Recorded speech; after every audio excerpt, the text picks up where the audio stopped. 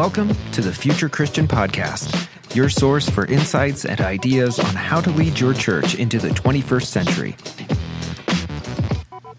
At the Future Christian Podcast, we talk to pastors, authors, and other faith leaders for helpful advice and practical wisdom to help you and your community of faith walk boldly into the future. Now, here's your host, Lauren Richmond Jr. Welcome to the Future Christian Podcast. I am Lauren Richmond Jr., and today I'm welcoming Scott Nelson to the show. Scott is a church planter and lead pastor of Covenant Grove Church in Modesto, California. He also serves as a church planting coach and trainer and has spoken across the country on evangelism, discipleship formation, leadership development, and strategic planning.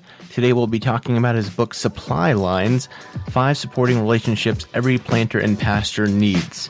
So let's welcome Scott to the show.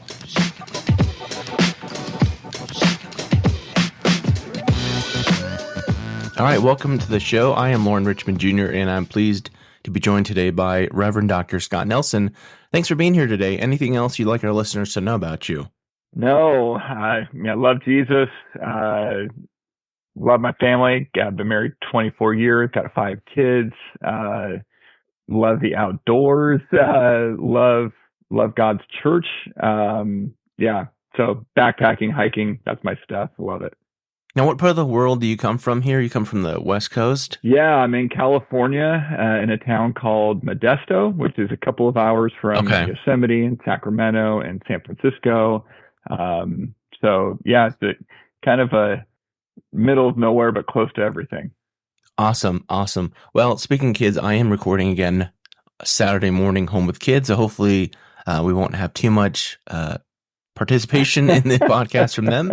But for our listeners' sake, just FYI there. Scott, share, if you would, kind of about your faith journey, what that's looked like in the past and what that looks like today. I grew up in a Christian home with parents who loved the Lord, especially my mom, just praying at my bedside. Kind of around 9th grade, I really made my own faith commitment to the Lord and just said, it's not just what I was raised in, this is actually who I am. And then in 11th grade, I felt a call to ministry while on a mission trip.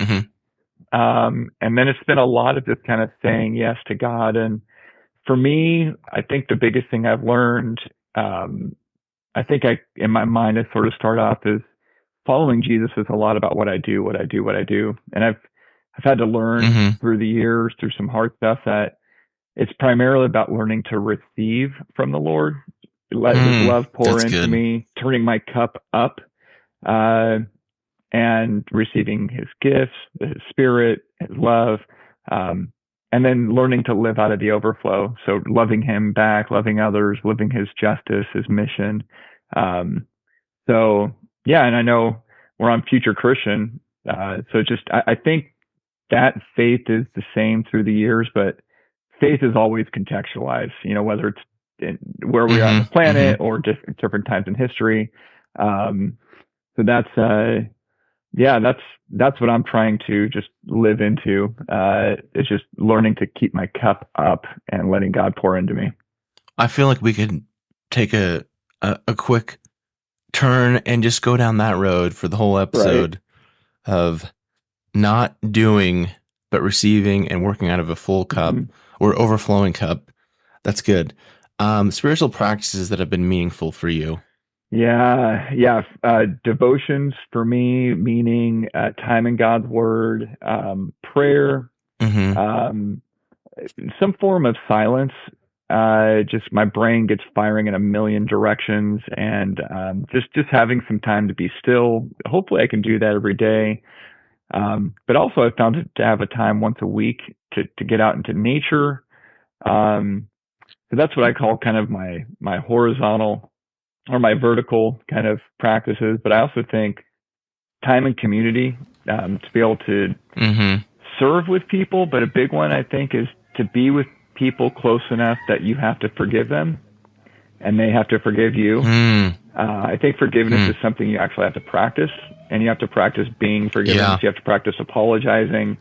And when you stop getting in community You stop learning how to apologize. You stop learning how to forgive people. And I think that causes division and polarization and things our world is dealing with. So that one has been very formative for me, is to be with people who know who I am, who I have to apologize to, who forgive me, and of course I forgive them as well. And that's a great thing, especially as a pastor, to kind of to be forgiven by people, to not put yourself on that pedestal. It's not for these horrible disqualifying sins. I'm not saying that, but just for you're like, I was tired and I spoke too harshly, or things of that nature. Right.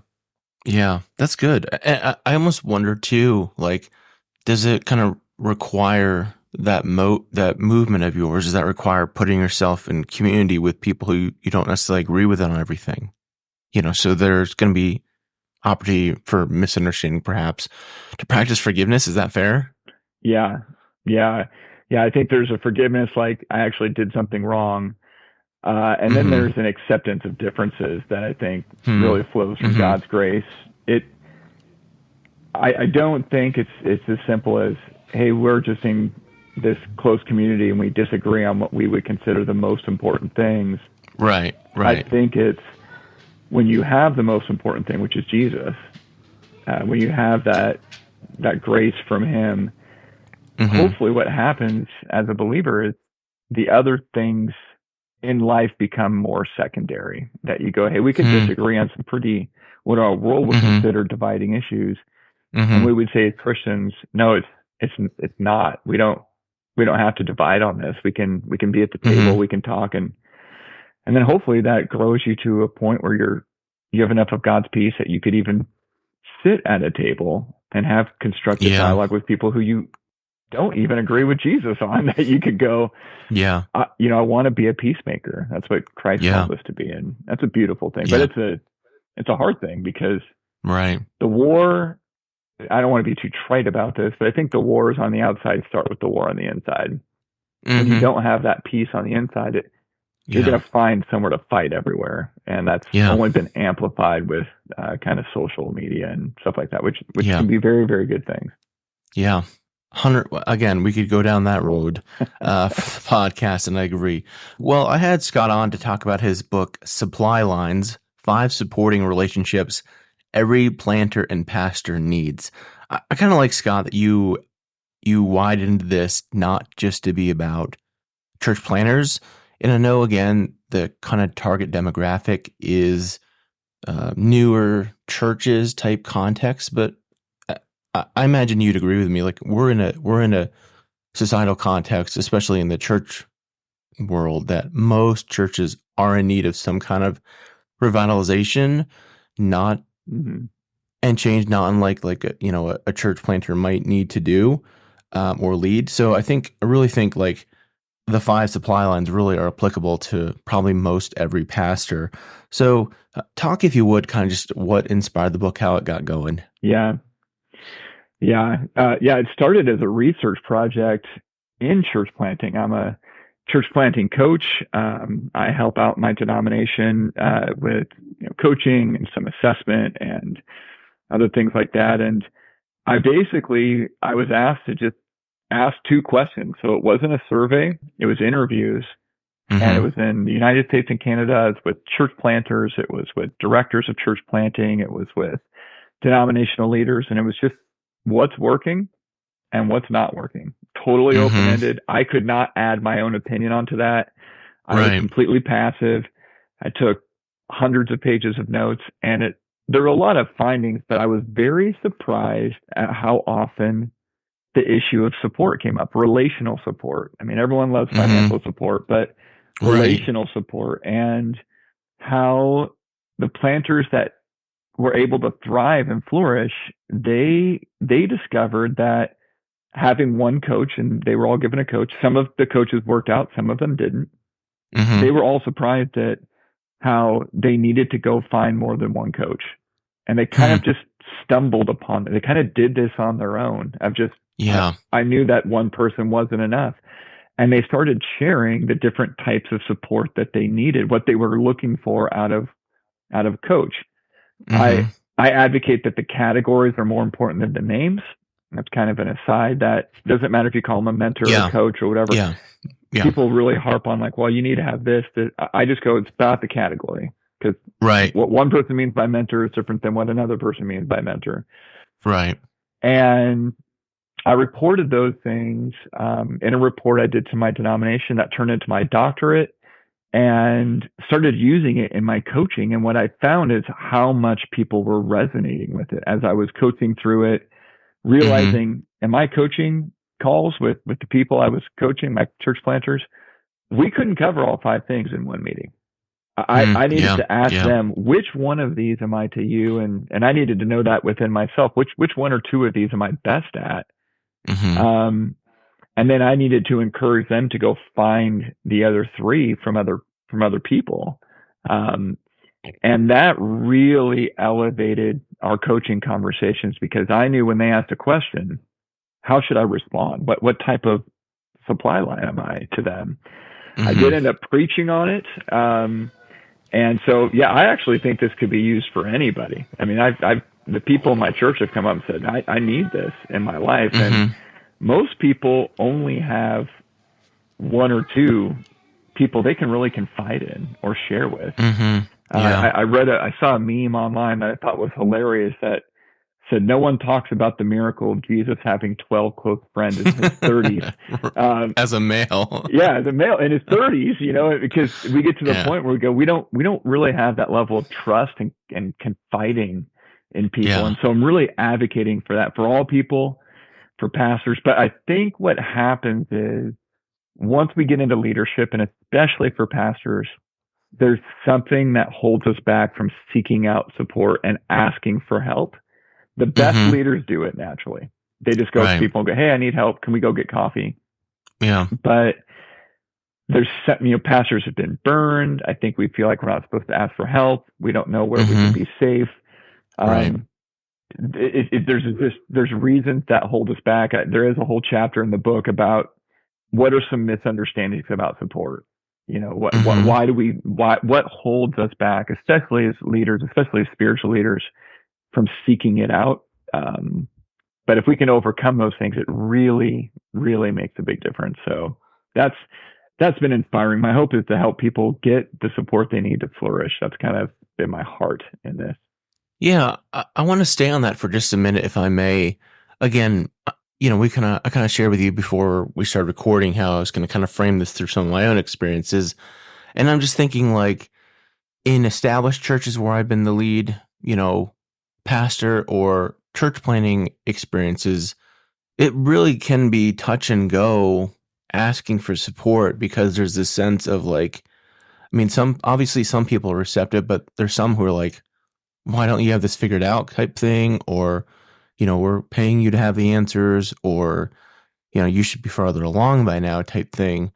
So it's a big risk, at least from my experience. It felt like a big risk at times asking for help when you're kind of like, when you have something you're like struggling with, like, obviously, whether it's some uncertainty or whatever, to risk vulnerability and then kind of be, shot down or something that really kind of doesn't help the ego or the mental health there either anymore.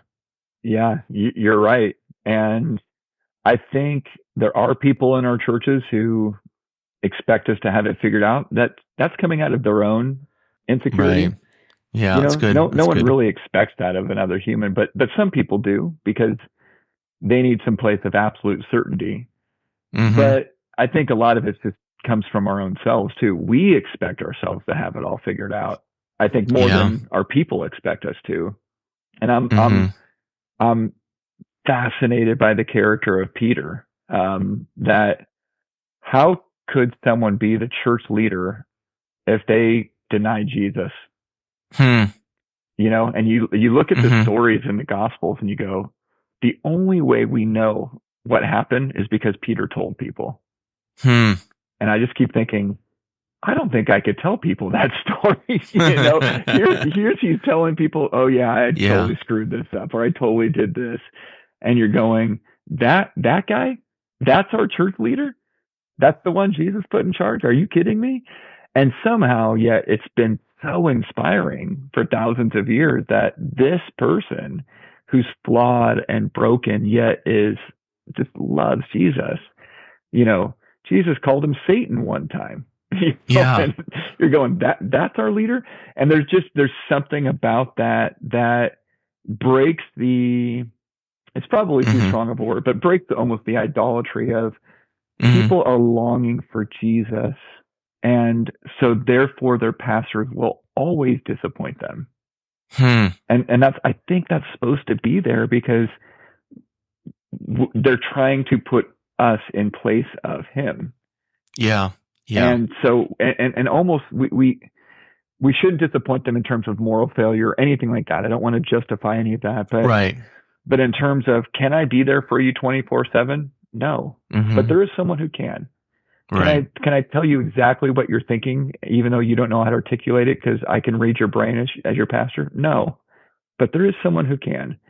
So I'm trying to point people to him, but I can't be Jesus. I want to highlight that too, because like obviously, it kind of goes back to what you said about being okay on the inside versus like external circumstances. I think is true because again, we don't want to ignore or minimize, like you said, moral failure or abuse, those kind of like toxic things at all, and certainly like for the last 10, 15 years, it seems like that's been a thing. It's like, oh well, this pastor is so awesome, the minister's going so well that we can just kind of look the other way. I do not want to ignore it and minimize that at all. I'm struggling train of thought here, obviously. But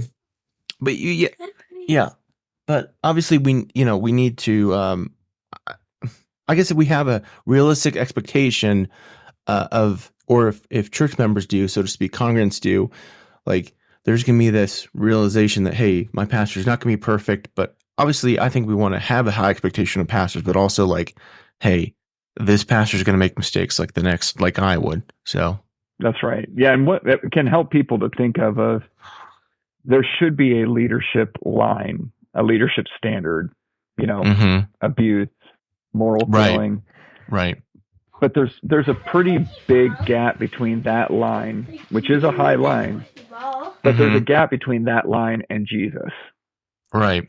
And you need to let your leaders live in between those lines of you need to be held to a standard, but to expect you to know exactly what to say and be constantly available. I think that's one of the big factors for burnout for clergy is this never being off the clock thing.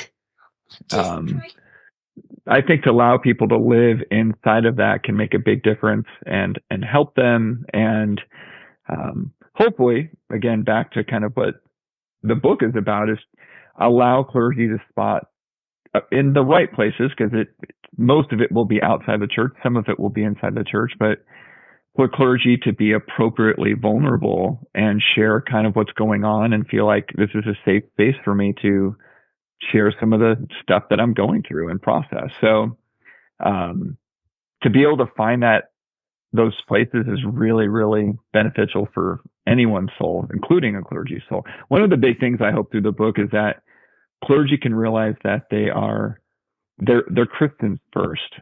And so if people need groups, if people need a pastor, well, then pastors need pastors. Right. So it's just kind of like the very thing we set up all week long or all month long, all year long for other people. I'm just advocating for pastors to set it up for themselves as well.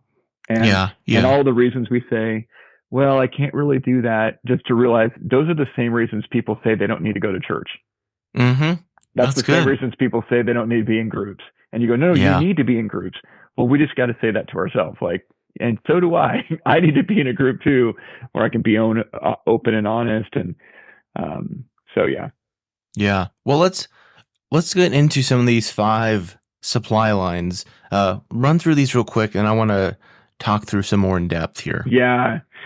I'll do the 5, and I like to describe them with almost like a little case study of, hey, what do I do if something went wrong in my life? Something went wrong in a church service, or I have a problem I don't know how to handle.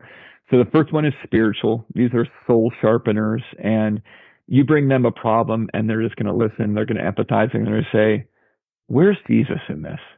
How's God speaking to you? The second one is an inspirational vision caster. You bring them a problem, something went off in church and they go, that's a problem. I'm really sorry, but what could this become? How could this problem be an opportunity? So right away you see these two people are going to answer it different. The third one is motivational. These are kind of encouraging tail kickers. They're not hype people, but they believe in you. And so they're willing to give you a little kick in the pants. So, hey, something goes off in church or you're dealing with a problem and they're going to say like, okay, but you can do it. I'm not going to tell you what the solution is. These people don't always tell you what to do. Usually they don't, but it's, you got this. Like what's your next step? Let's go. Don't sit and cry about it. Let's go. The fourth is interpersonal. So these are like heart healers or friends. These are people, this could be a therapist. These are people who listen to you. They process with you. Sometimes you bring them a problem and they're like, let's talk through it. And what's happening inside of you? What's going on? How are you unpacking that? Or again, if it's friends, they're like, hey, yeah, that's a bummer. Let's go out to eat. Let's go play basketball. Let's go watch a movie. They're just kind of more like, it's a way for you just to be yourself. And then the fifth one is practical, what we would classically consider a coach. So you bring them a problem and they're going to go, here's a book to read. Here's a website to check out. Here's 3 steps you're going to do. And we need that. And one of the things, this is kind of an aside, that's happening in church planting is our coaches aren't always able to get to the practical because our pastors and our planters are hurting so much. Yeah. That the coaching session's turning more into a therapy. Therapy or even spiritual direction or almost pastoral care.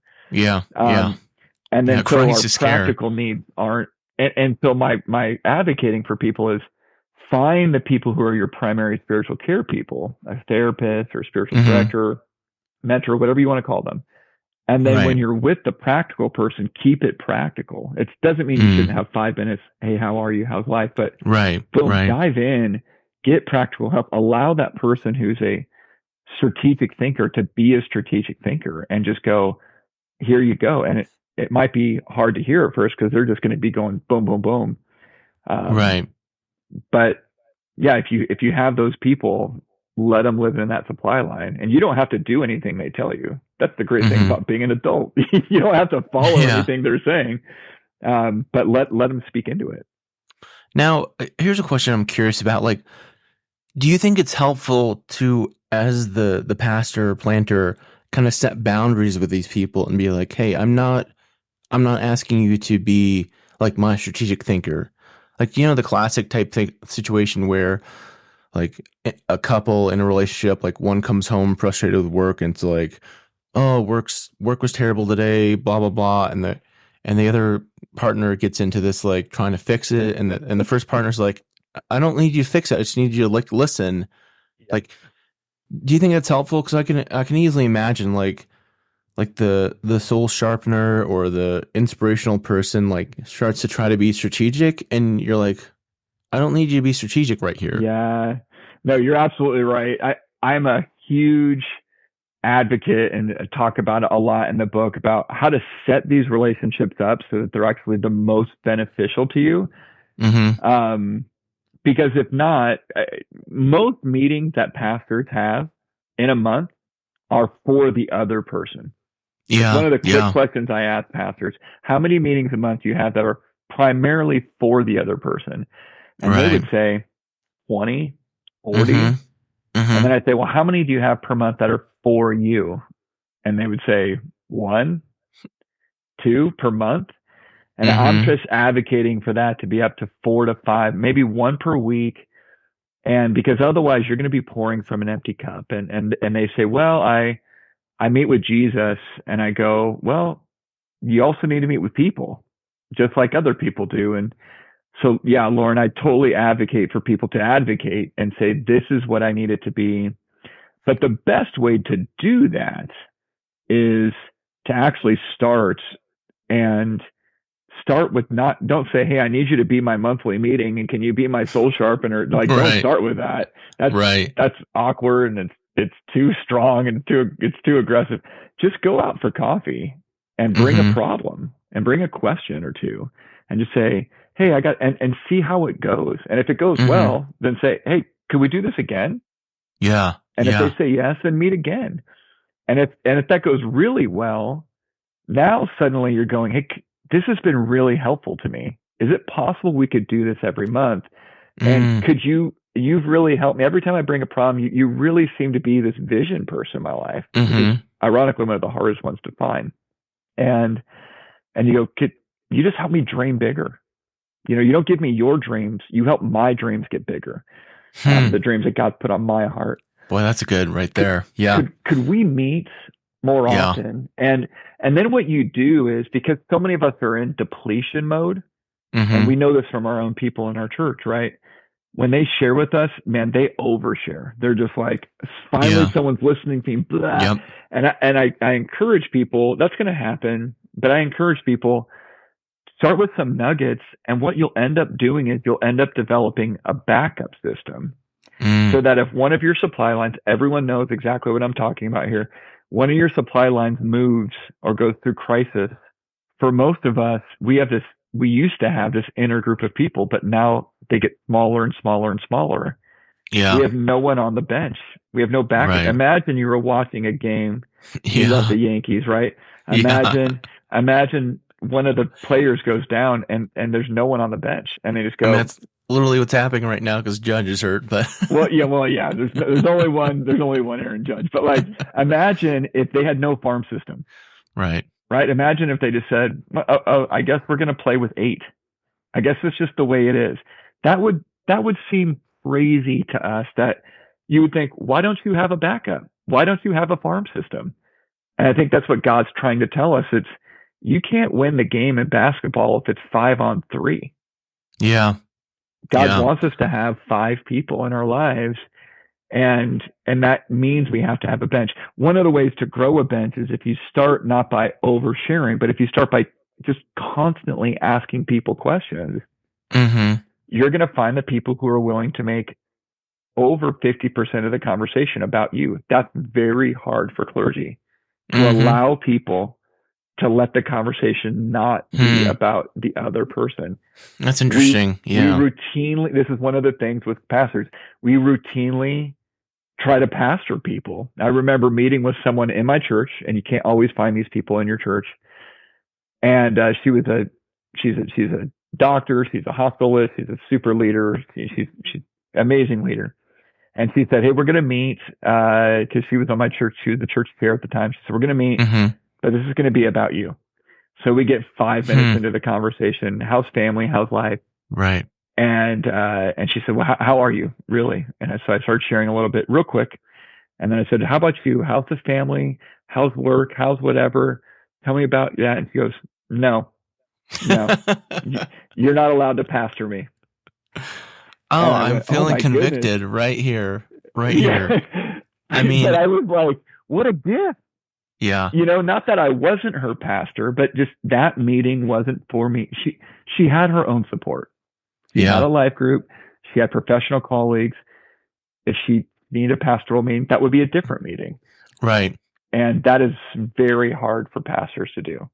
Yeah. I mean, what immediately comes to mind is I had in my context, churches often have what's called like a pastoral relations team or a pastoral something different vernacular. And I remember I met with one of my team members, and like I did the same thing where it's supposed to be about me, and I'm just like, tell me about your family, tell me about what's going on, tell me what because we're kind of trained that way.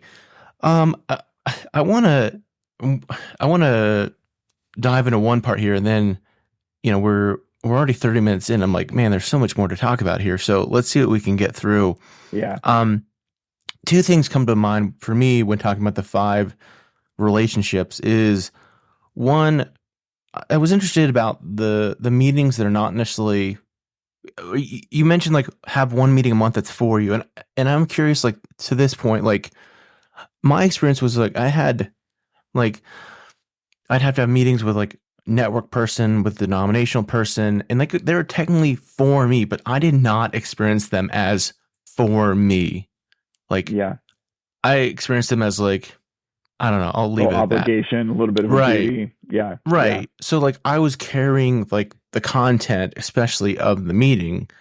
How, again, there's only so much resource, so much time in a week, so much time in a day. What has been your experience with, what you recommend? What has been your experience with planters? Like, is it ever appropriate to be like, hey, like I need to, for a planter to be like, hey, this meeting is not helpful for me. Does that make sense? Yes. And I think that's one of the best things you can do. I would encourage people to find someone else before you cut off, because even a meeting that's only sort of for you is better than no meeting.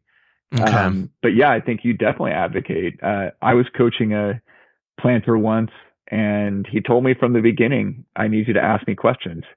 And I got into kind of giving too much advice, and he just cut me off and said, Scott, that was not helpful. And that's good. Said, thank you. Yeah. Because I don't want to be unhelpful. I don't want to waste my time. Right. Now, if it's a network or denominational leader, that might be harder. A little harder. Yeah. But you gotta cut through some of that, and you gotta kind of evaluate every few months, is this helping me or not? Yeah. And you have to be okay letting that go. And the way I put it is this way: if you're meeting with a therapist and the meeting's not about you, you should get a new therapist. Right. Yeah. And you got to treat it on that level. You are pouring out into people every single day. Yeah. And you need some people who can do that for you. And in the same way you believe that for what others need, model that as well. Yeah. Yeah. I mean, I appreciate how just you frame that of pouring out. Because again, like whatever kind of, I think this is true in most ministry contexts. You're really, like you said, literally pouring out. And man, for me at least, I just experienced it in some meetings I had. Rather than me being able to be like honest, it was just like expected to like impress or I don't know. That's a clear sign that you in that moment, and you mentioned this earlier, you in that moment don't feel it's safe to be vulnerable. Right. And that's not unwise. There are some places it's not safe to be vulnerable. And again, vulnerability is not at all or nothing. It has degrees to it. Right. But when you can find the people that you can be more vulnerable with, doesn't mean you lose your filter. I don't think people should ever lose their filter, but where you can be more vulnerable with that Peter level vulnerability, which takes time. That's a real gift. And there's no always accounting for it. It's not always assigned to you. It takes time for you to build that level of trust and for how people respond and things like that. So yeah. Yeah. I want to ask too, like, I'll talk honestly here, perhaps a bit vulnerably. Like, I found that the first 4 were not hard for me to find. I found it really hard to find someone who is a strategic thinker. I'm just kind of curious, in your experience, like what's the hardest to find? Because like I think I had soul sharpeners. I think I had someone who's a vision caster. I had someone who could inspire me or kind of motivate me when I need motivation. I had some heart healers, but I feel like it was really hard to find someone who was a strategic thinker. I don't know, yeah. What are your thoughts? Yeah. I mean, each of them can be hard to find. Some of it's depending on how you yourself are wired. Okay. So if someone's a visionary, they tend not to seek out visionaries because they go, I got vision oozing out my ears. What they don't realize is they tend to bounce their craziest ideas off of the people closest to them, including their staff and volunteers, which sends them into freak out mode. And the visionary is like, no, I'm just sharing ideas. And they're thinking, what? Yeah. So you have a vision caster in your life. You can bounce those ideas and they can go, nope, yep, great, nope, let's make that one better. They help you process what that there's no skin in the game for them. They're just sure. The practical one, the biggest thing I would say is you want to find someone who's in as similar of a context as you are. Do they share your chair? So if you're bivocational in a rural setting or an urban setting or, whatever, you want to try to find people who are a little further along in that mode. And when you get that, the great thing is they'll give you good advice. Right. But even better, they'll just give you their resources. You're like, hey, send me your whole calendar of events. Send me what you did how do you do stewardship? Right. How do you talk about finances? Send me your sermon series. And, you start going, hey, you're kind of a few steps ahead. And I really like who you are and how your church functions or your ministry functions or whatever. It allows you to kind of model that. And it might be personal problems, but some of it might just be practical. Like, hey, how do we reach our community? How do we serve the needs here? Well, what are you doing? We got to write an employee handbook. Well, what did you guys do? I mean, it can be just so brass tacks. And so let me be kind of bold here for some of my mainline listeners, perhaps, if I'm hearing you right, Scott. So from my experience, like I was a church planter in a mainline context that doesn't do a lot of like traditional church planting, so to speak, at least in my area. And I found that I appreciate you saying that because that's kind of what I experienced is like, it was real hard for me to connect with other leaders in my context because I just felt like they didn't have the experience that I was experiencing on the ground. And I think that's part of some of the disconnect was. So this is kind of my little statement for listeners. Like, it might be prudent, and I imagine you'd agree with me here, Scott. You might have to go outside your immediate context, your immediate circles, to find someone who can be, especially for that kind of strategic thinker. If you're like a church revitalizer or trying to, rethink something going. So yeah. What do you think? Yeah, I agree. I agree with you 100%. And in my life recently, I've been trying to do a lot more both and instead of either or. Yeah, I think good. There's such a value if you're in a network or a denomination of having connections there. There's a value in that, right? Because they tend to stay with you if you move, and right, decades and decades. But if you're kind of saying, hey, I'm a house church movement person, and I need to connect with other house church movement people, or I'm a campus leader, or I'm in you want to find the books and the people who are giving those practical things. Another version of the strategic thinker, I have one of these people in my life, is there are people in your community who just know everybody. So then good. I don't have to know everybody. I just have to know the one person who knows everybody. So then I go, that's hey, good.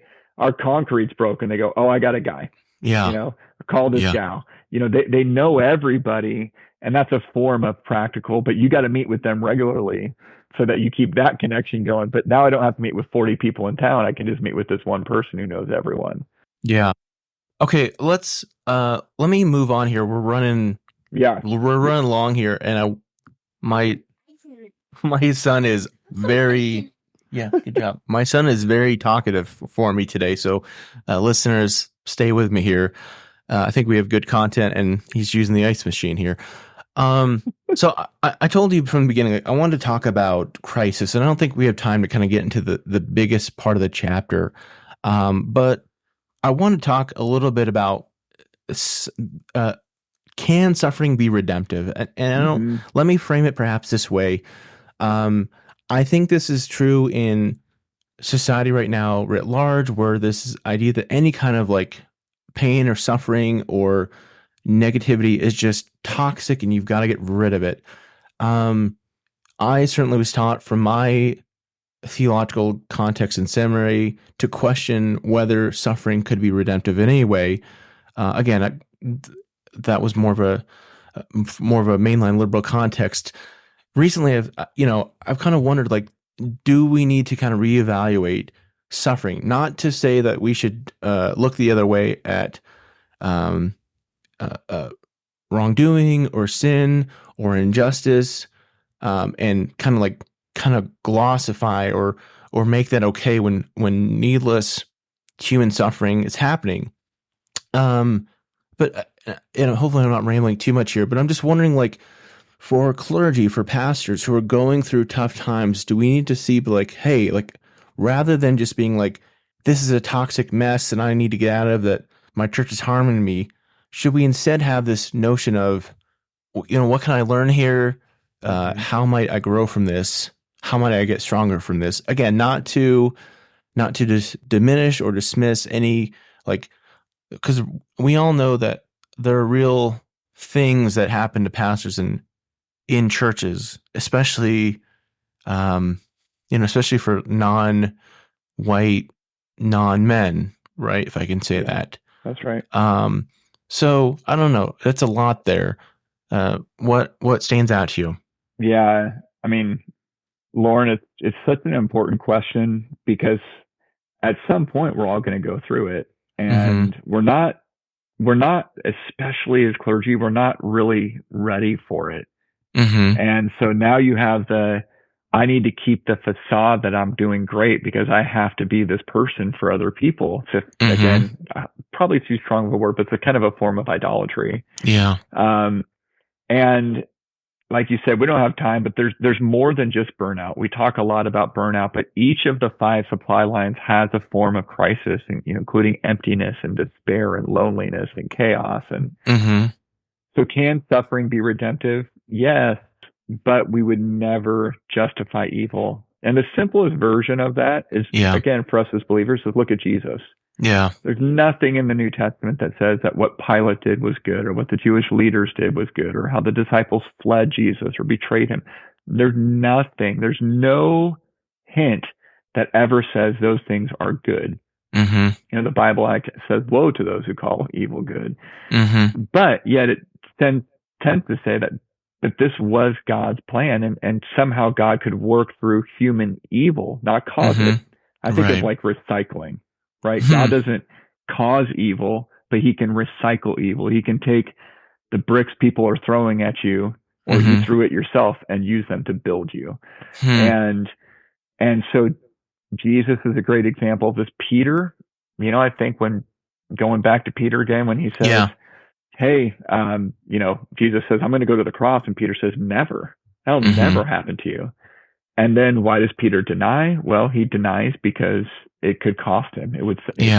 And then Peter winds up writing the book of First Peter, which is all about accept suffering as part of God's plan. This doesn't mean you let injustice go. No, we work for the good. We work to make things better. We work to lessen suffering in the world. Right. Suffering is not a good. It's that God can use something intended for evil for our good. Could God have saved the people in Israel if Joseph hadn't been there? Yeah. But God took something intended for good and used it intended for evil. Right. And used it for good. But there's a deeper process going on too.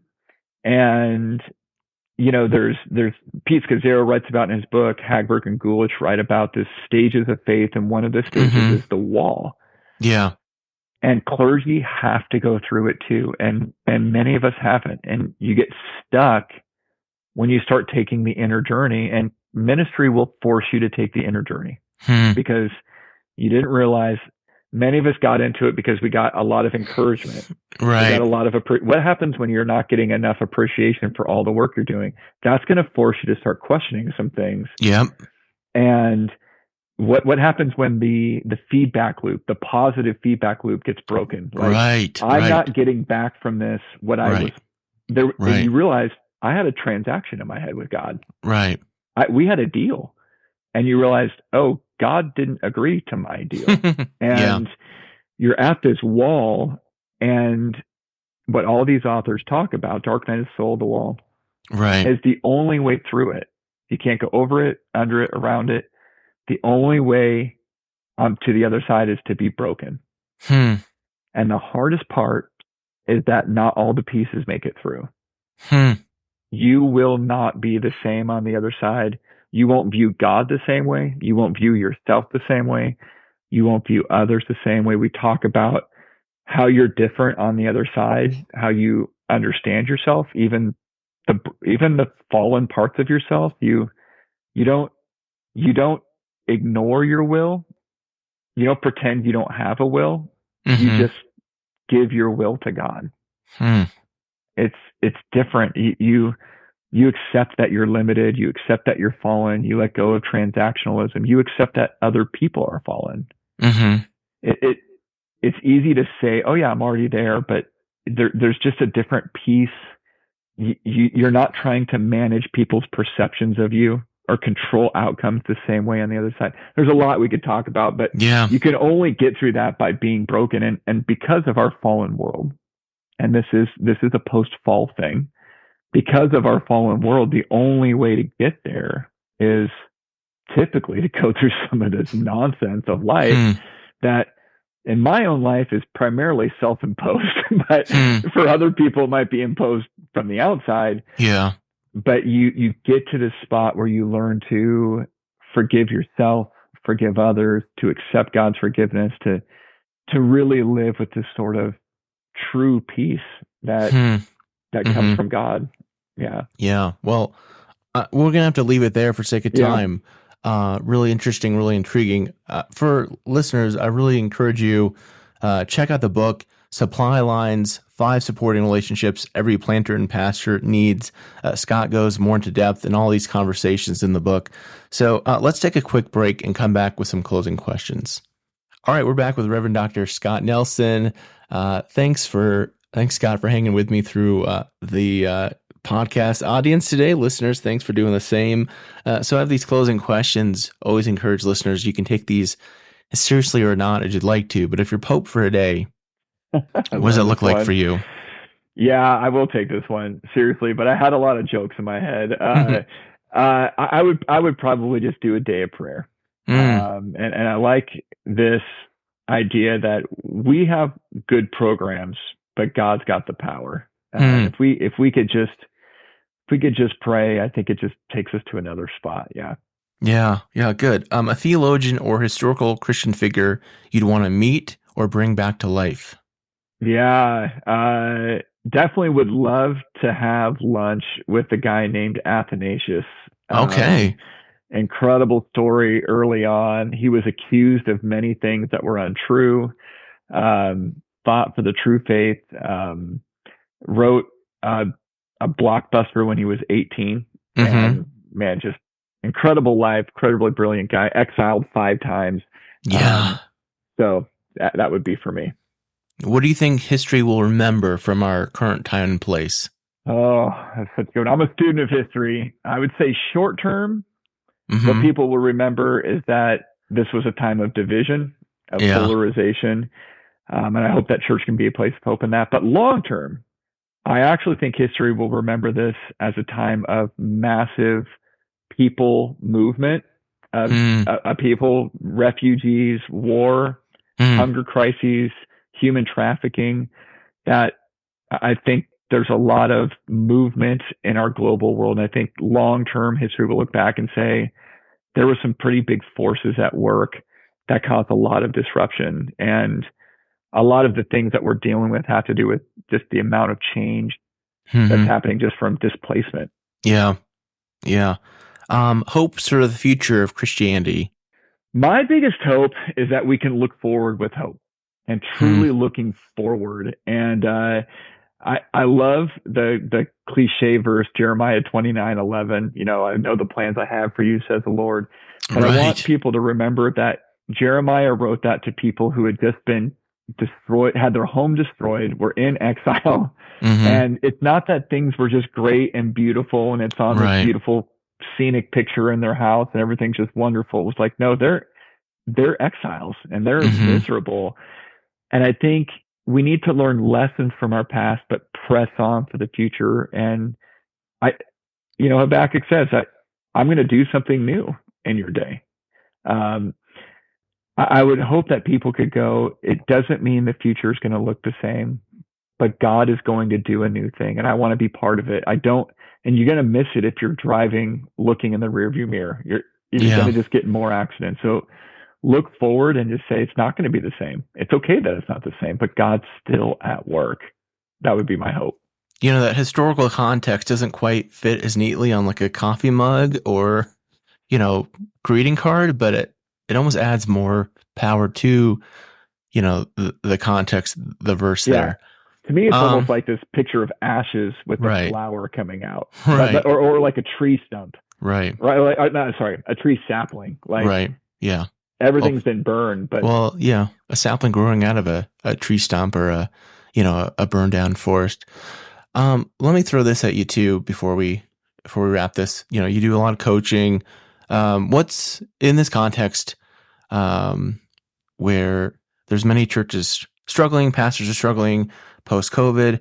What's a one piece of advice is on your heart to kind of recently, or you'd want to share with pastors? Yeah, don't go alone. Don't go alone. I mean, stay absolutely rooted to Jesus, but don't go alone. I think that's what we're saying to our people, and that's our world has gotten so lonely. The Surgeon General just issued a warning that loneliness is worse for your physical health than smoking 15 cigarettes a day. Wow. It's affecting almost 50% of our world. And I believe that if our clergy are lonely, it's going to be hard to help our people. Yeah. So if we can start by saying, hey, I need to model true community, true friendship where I can be myself, that can go a long way. Some of that would be in our church, some of it would be out, but that would be my biggest thing is stay connected, seek out support. Yeah. This is great. Where can listeners connect with you, find out more about your book, all that stuff? Yeah. So the book is on Amazon. You have to look up Supply Line Scott Nelson. Otherwise you're going to find books on plumbing and things like that, which has an analogy to the book, or to the concept. You can do Facebook, you can do Instagram. Covenant Grove Church is the church where I serve. You can see stuff there.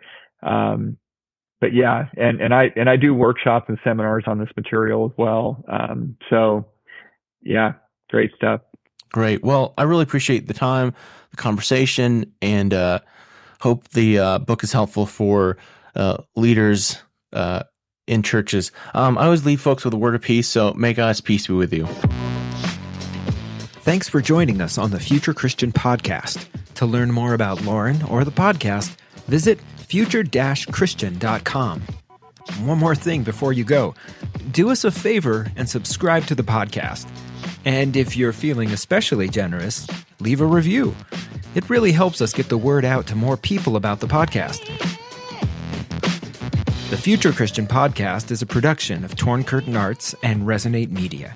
Our episodes were mixed by Danny Burton, and the production support is provided by Paul Romig-Levitt. Thanks, and go in peace.